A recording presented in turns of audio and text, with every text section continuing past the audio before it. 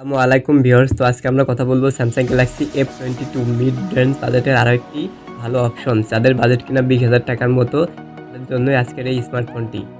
এই স্মার্টফোনটি দেশের বাজারে 664 ভেরিয়েন্টে লঞ্চ হয়েছে এবং যার প্রাইস রাখা হয়েছে 19,500 টাকা, তো অলমোস্ট 20,000-এর মতো।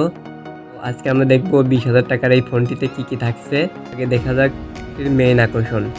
এর ডিসপ্লে সেকশনে রয়েছে 90 হার্টজ রিফ্রেশ রেটের একটি সুপার অ্যামোলেড প্যানেল এবং ব্যাক সাইডে রয়েছে 48 মেগাপিক্সেলের কোয়াড ক্যামেরা এবং প্রসেসর সেকশনে রয়েছে মিডিয়াটেক হেলিও G80 এবং এর ব্যাটারি রয়েছে 6000 মিলিঅ্যাম্পিয়ার। তো এবার আমরা এর সম্পর্কে বিস্তারিত আলোচনা করব। তো চলুন ভিডিওটি শুরু করা যাক।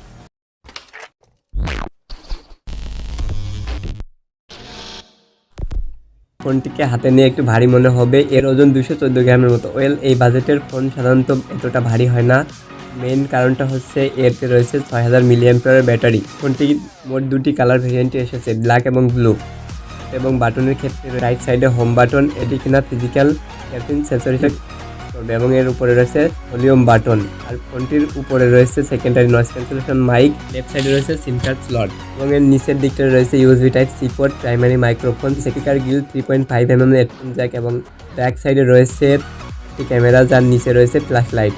মেইন ক্যামেরাটি রয়েছে 48 মেগাপিক্সেল, সেকেন্ডারি ক্যামেরাটি রয়েছে 8 মেগাপিক্সেল আলট্রা ওয়াইড ক্যামেরা এবং 2 মেগাপিক্সেল ডেট এবং macro sensor.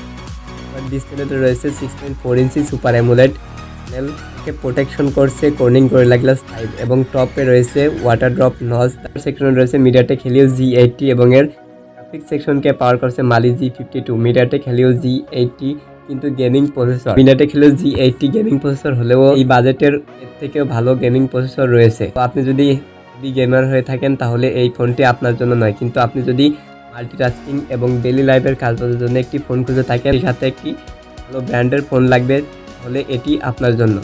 MediaTek Helio G80-র gaming performance অতটাও খারাপ নয়, মোটামুটি গেমিং পারফরমেন্স দেবে। এবং এতে রয়েছে 6000 মিলিঅ্যাম্পিয়ারের ব্যাটারি এবং বক্সে রয়েছে ওয়াটের চার্জার। এই চার্জারটি দিয়ে এত বড় ব্যাটারিকে চার্জ করতে প্রায় 3 থেকে 3.5 ঘন্টারও বেশি সময় লাগতে পারে। তবে আবার ব্যাটারি ব্যাকআপও অনেক ভালো পাবেন।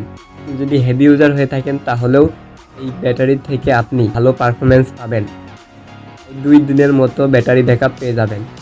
এই ছিল আজকের ভিডিও। যদি ভিডিওটি ভালো লেগে থাকে তাহলে একটি লাইক করতে পারো, আর যদি চ্যানেলে নতুন হয়ে থাকে তাহলে সাবস্ক্রাইব করে পাশের বেল আইকনটি অন করতে পারো। দেখা হচ্ছে নেক্সট ভিডিওতে। ওয়াচিং।